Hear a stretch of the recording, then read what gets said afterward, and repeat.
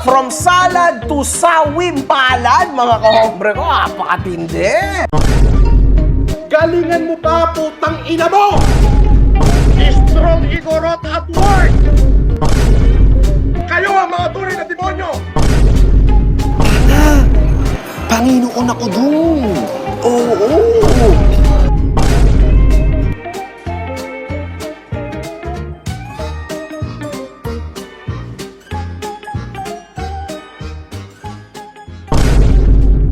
This will be your final warning to me. Okay? O Norman, paano ba yan? Bukas na ating paghuhukom. Kumain ka ng masarap. Ha? Kasi solid yan bukas. Bigyan mo muna kami ng ano. Anong soup available? Mushroom soup, kimchi jjigae. Sige, crab meat fried rice, dalawa. Tempura, Meron, sir. dalawa. Ano yan, ebi? Yes, sir. Isa lang. Meron din yasay, sir. Ano na? Meron din tayong yasay. Yasay, dalawa. Ayun, dalawang yasay. Suwahe, meron. Meron, sir. 500 grams, deep fry lang. Beef steak Tagalog. Ano na lang kami, sir? Pork steak. Pork steak Tagalog.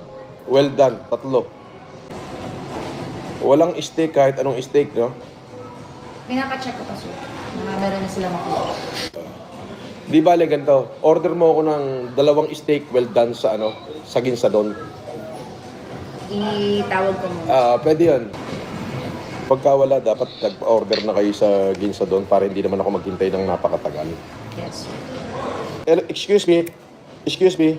Dominic. Dominic, tawag ka na sa Ginsadon, pa-order ka ng 2 steak well done. Please. Tapos sa salad, kaani salad. Yun na. Tapos pahabol na lang ako ng steak sa Ginsadon. Thank you. See you tomorrow, Norman. Ngayon, kung di nyo man ako makita, surprise. Tandaan nyo tong live, ha? Tandaan nyo tong live ko. Kung hindi mo ako mahanap, hindi mo ako makita, surprise! The next day, later. Hindi nyo na ako makikita doon sa City Hall ngayon. Hindi nyo na ako makikita dyan. So, ngayon kasi, alam nyo na, pag nananahimik si MG, ibig sabihin, meron tayong ginagawa at meron tayong gagawin, di ba? So, eto na ho yun. So, hawak ko na po ang mahiwagang warrant of arrest. Eto na, Norman. Warrant of arrest, ha? Hintayin mo kami. Anyway, magkikita tayo today. 1 hour later. Caribou salad, sir. Ano to? Kanibo salad.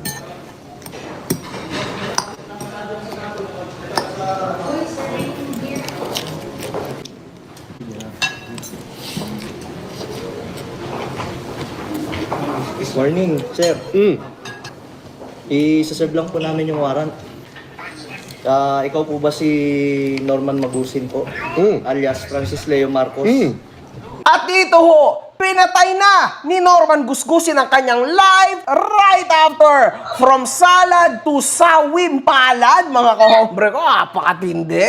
Makikita rin ho dito ang pagpunas ni Gusgusin ng bimpo sa kanyang katawan. At yang mahiwagang bimpo na yan, ang haharang din sa posas.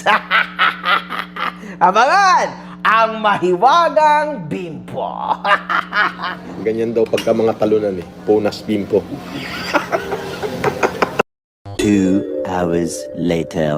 Lahat po ng binibintang nila, natapos na ho noong 2020 pa, naging kaso ko na ho lahat yan. At nakwit ho ko dyan. Yung sinasabi niya marami ko inistapa, 2020 pa lang, ang dami na nagsasabi niya, wala naman nagkatotoo kahit isa. Tapos mapahiyain niyo ako, national TV, ng ganito, nakaiso ako daw ay nagmura kay ganito.